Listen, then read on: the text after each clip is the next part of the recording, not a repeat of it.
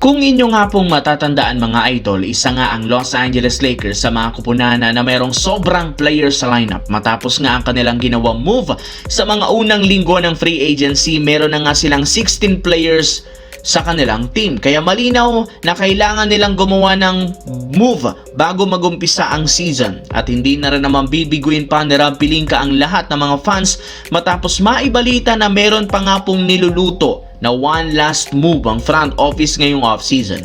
Ayon sa isang insider, expect na nga ninyo na sa mga susunod na araw na ititrade ng Lakers ang kanilang dalawang player na sina Jared Vanderbilt at si Dalton Knecht. Naghahanap na lang naman nga ang front office ng team na kukuha sa dalawang player na ito. Kung hindi nga matuloy ang paggamit nila kina Knecht at Vanderbilt para makuha si Jonathan Kuminga, mapipilitan silang kumuha na lamang ng mga draft pick bilang kapalit ng dalawa. Ganito kadesidido ang Lakers na alisin sina Dalton Knecht at Jared Vanderbilt. Samantala, kamakailan lamang may lumabas na balita na posible nga pong makuhang muli ng Philadelphia 76ers ang kanilang dating player na si Jrue Holiday kung sakaling mag-request ito ng buyout sa Portland Trail Blazers kasunod ng pagkakaroon ng team ng napakaraming gwardya sa backcourt. Ngunit sadyang nanahimik na lang naman ang ganitong balita na matapos na meron na lamang nga itong natitirang 2 taon sa kanyang kontrata na nagkakahalaga ng $34 million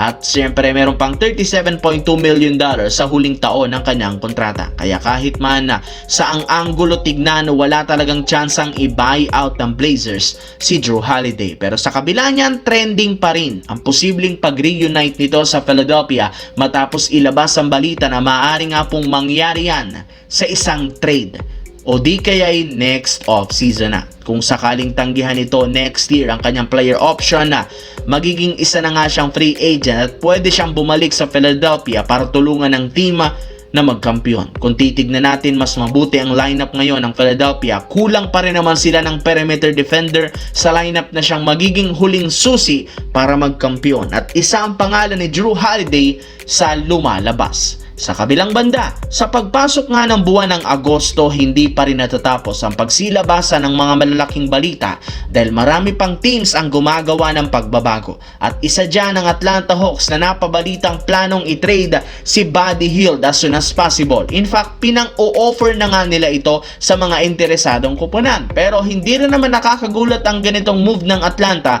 dahil as of today, sobra na sila sa lineup. Kaya no choice kundi tanggalin o i-trade ito. Meron nga siyang $9.4 million na kontrata sa darating na season plus mayroon pa siyang player option na $10.4 million sa susunod na season. At kapag natanggal nila ito, magkakaroon ng Atlanta ng sapat na cap space na magagamit nila. Hindi rin naman masyadong nagamit ng Atlanta Hawks si Buddy Hield sa last season sa pagiging inconsistent nito sa opensa. At yan ang mismong dahilan na bakit siya ang napili ng front office na i-trade sa mga susunod na araw.